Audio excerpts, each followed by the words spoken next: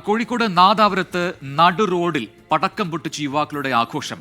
ഗതാഗതം തടസ്സപ്പെടുത്തിയുള്ള ആഘോഷത്തിൽ പോലീസ് കേസെടുത്തിരിക്കുകയാണ്. പേരോട് കാറിൽ വെച്ച് പടക്കം പൊട്ടിച്ച സംഭവത്തിൽ പരിക്കേറ്റ 2 പേർക്കെതിരെയും കേസെടുത്തിട്ടുണ്ട്.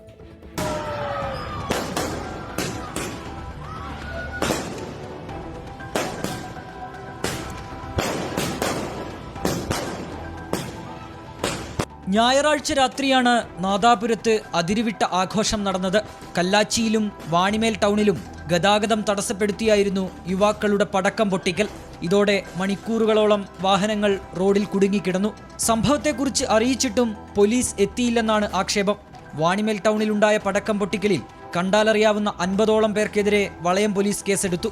അതേസമയം പേരോട് കാറിൽ വെച്ച് പടക്കം പൊട്ടിച്ച സംഭവത്തിൽ എക്സ്പ്ലോസീവ് സബ്സ്റ്റൻസ് ആക്ട് പ്രകാരം നാദാപുരം പോലീസ് കേസെടുത്തു. ഇയ്യങ്കോട് സ്വദേശികളായ മുഹമ്മദ് ഷഹറാസ്, ബന്ധു റഹീസ് എന്നിവർക്കെതിരെയാണ് കേസ്. കൈക്ക് ഗുരുതരമായി പരിക്കേറ്റ ഷഹറാസ് ചികിത്സയിൽ തുടരുകയാണ്. 24 കോഴിക്കോട്.